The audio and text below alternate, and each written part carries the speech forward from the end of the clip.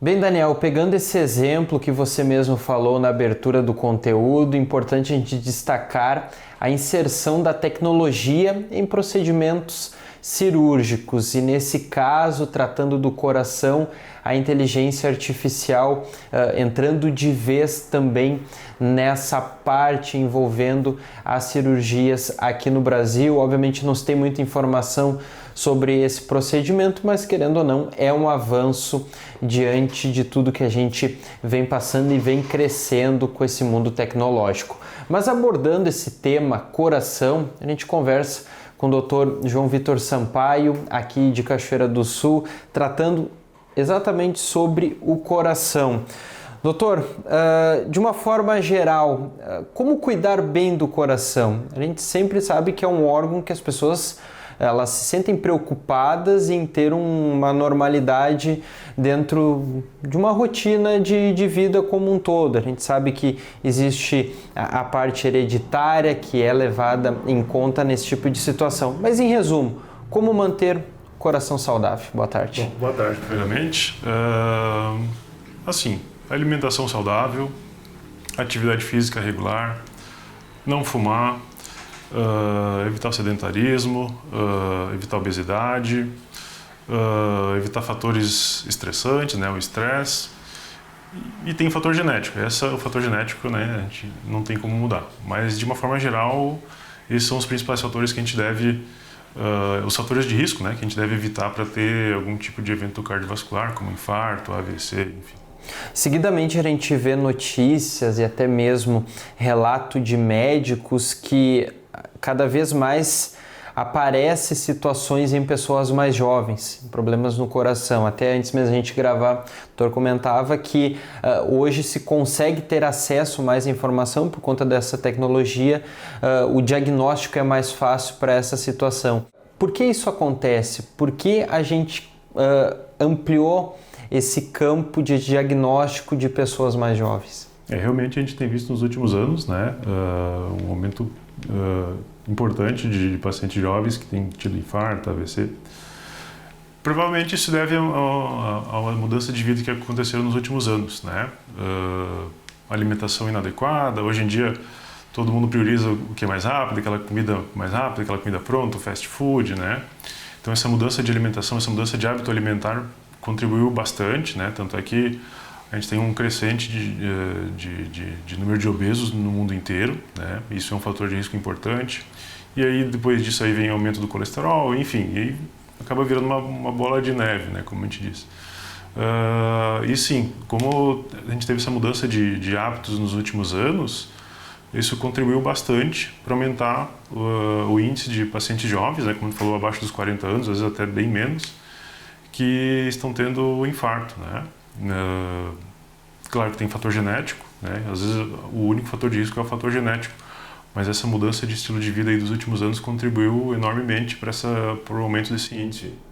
Importante deixar claro que a pessoa que está assistindo, eu tenho 30, 35 anos, não quer dizer que a pessoa tem o risco de infarto, mas é importante já começar a procurar um médico para ter aquele acompanhamento, né? Exatamente, melhor a pessoa começar a prevenir, ainda mais se tem história na família, né? Se familiar de primeiro grau, o pai, a mãe, o irmão, que já tiveram algum tipo de evento, tem que tomar cuidado, né? Fazer prevenção, consultas regulares uma vez por ano, fazer atividade física, cuidar da alimentação, se a pessoa fuma, parar de fumar, evitar a obesidade, enfim, vários outros fatores de risco que eu já tinha citado anteriormente. No cuidado com o coração, pelo que você mesmo falou, a prevenção e a alimentação estão no topo desse ranking. O que seria a boa alimentação e o que seria essa prevenção? Prevenção no sentido de evitar que a pessoa tenha um infarto ou algum outro problema de saúde, né? Eu tinha esquecido de comentar sobre a hipertensão também, que é outro fator de risco importante, hipertensão, diabetes, colesterol elevado, então tudo isso são fatores de risco também. E sobre a alimentação, a pessoa deve evitar gorduras, frituras, doces em excesso, né? Tudo isso vai contribuir por aumento de colesterol, pelo risco de aumentar o diabetes. Ainda, quem já tem esse problema de saúde mais deve cuidar mais ainda, né, do fator alimentação. Procurar ingerir carne de preferencialmente brancas, né? Peixes, aves, né? Evitar carne vermelha, principalmente a carne gorda, que é muito popular aqui no Rio Grande do Sul, né? Esses são os principais fatores de risco que a gente deve evitar. Esse modo de vida que a gente tem que tomar cuidado para prevenir e evitar eventos cardiovasculares a médio e longo prazo. Ok. Você citou sobre a hipertensão. Diversos brasileiros sofrem desse mal e, obviamente, com o avançar da idade, a situação fica mais comum. Como conseguir, talvez, retardar isso, mas tendo uma condição de vida saudável para evitar esse transtorno da hipertensão com medicamento, acompanhamento de pressão como um todo? Exatamente. Aí se a pessoa já tem fatores de risco prévio, né, como a hipertensão, o ideal é que mantenha essa hipertensão bem controlada através das medicações e que mantenha todos os hábitos de vida saudáveis, né? Atividade física, alimentação, sono adequado, controle das suas comorbidades, se ela tem só hipertensão, se ela tem diabetes, ou se ela tem colesterol alto, se ela tem algum outro problema de saúde que precisa ser controlado. Na apneia do sono também, que é um fator de risco importantíssimo para a doença cardiovascular. Então, enfim, quanto mais comorbidades, se a pessoa tem várias comorbidades, se ela mantiver isso controlado ao longo do tempo, menor o risco de ela ter qualquer tipo de evento cardiovascular. Obviamente não vai impedir, né? Mas quanto mais controlada tiver, menor o risco de ter qualquer tipo de evento negativo. Dentro desse cenário de hipertensão, se entra muita ansiedade, né? As pessoas confundem um pouco essa questão de ser uma pessoa ansiosa, talvez não conseguir ficar em um ambiente fechado e sente aquela sensação de infarto, que a pessoa tá tendo um infarto na cabeça dela, mas na verdade é talvez uma crise de ansiedade. Como é que se faz para diferenciar isso, pegando principalmente esse público jovem que sofre e talvez comece a se deparar com esse tipo de situação de forma mais cotidiana, no cotidiano e com frequência? Durante a consulta a gente consegue estabelecer alguns sinais, alguns sintomas, né? A gente consegue extrair bem a história clínica, a gente consegue direcionar, isso está mais direcionado à ansiedade, realmente acho que tem alguma coisa importante que precisa ser investigada, né? Eu percebi isso no consultório muito na época do Covid, né? Que eu tive de consulta assim por ansiedade, né? Obviamente, e com um motivo, né? Tinha razão para isso. E agora na época das enchentes aqui no Rio Grande do Sul, muita gente que tinha familiar que perdeu alguma coisa, ou que a pessoa via as notícias na TV e ficavam preocupadas, né? Isso foram 2 períodos que eu percebi que as pessoas tinham situações de ansiedade, né? Mas através da consulta, através da história de cada um, a gente conseguiu tranquilizar quando não era nada preocupante, quando realmente era só ansiedade, ou procurar o tratamento quando realmente era algo importante. E até mesmo esse avanço tecnológico, que foi o gancho da nossa entrevista, investigar, fazer os exames, isso também traz algo mais concreto para essa pessoa, se ela tem ou não essa questão da ansiedade ou se é mesmo um problema no coração. Acho que também a tecnologia, o avanço dos exames ajuda, né? Sim, com certeza. Hoje em dia, né, comparado com 30, 40 anos atrás, a gente tem uma gama de exames, né, de investigação muito maior do que naquela época.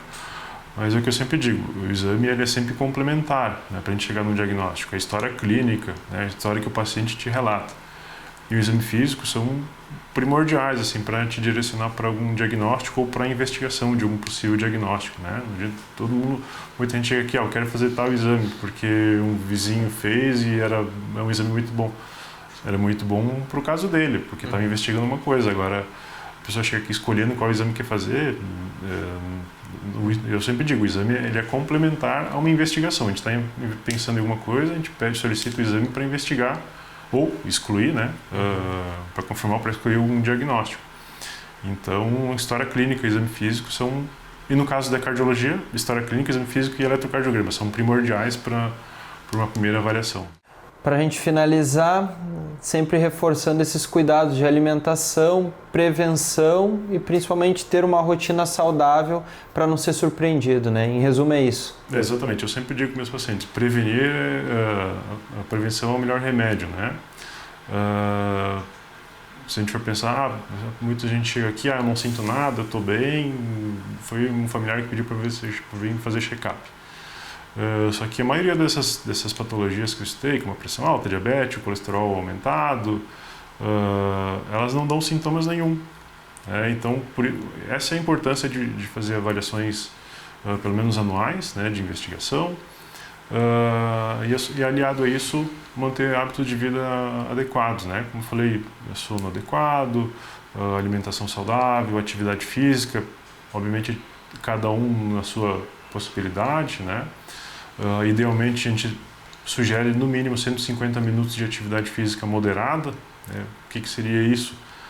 Vamos exemplificar com uma caminhada, né? Atividade física moderada seria aquela caminhada que a gente não consegue ir conversando com alguém do lado, mas a gente também não está correndo. Tá? É uma caminhada nesse sentido. Então, se a gente fizer 150 minutos desse tipo de atividade física por semana, a gente já está dentro do que a Organização Mundial de Saúde espera. Né? Além disso, além do sono, alimentação, atividade física, evitar cigarro, né? Hoje em dia é muito comum o cigarro eletrônico, também é outro problema aí que tem sido bem comum entre os jovens, que também pode ter sido um motivo de infarto. Enfim, muito relacionado ao estilo de vida, né? Se a gente conseguir manter um estilo de vida adequado, a gente consegue prevenir muitos problemas aí, como infarto, AVC.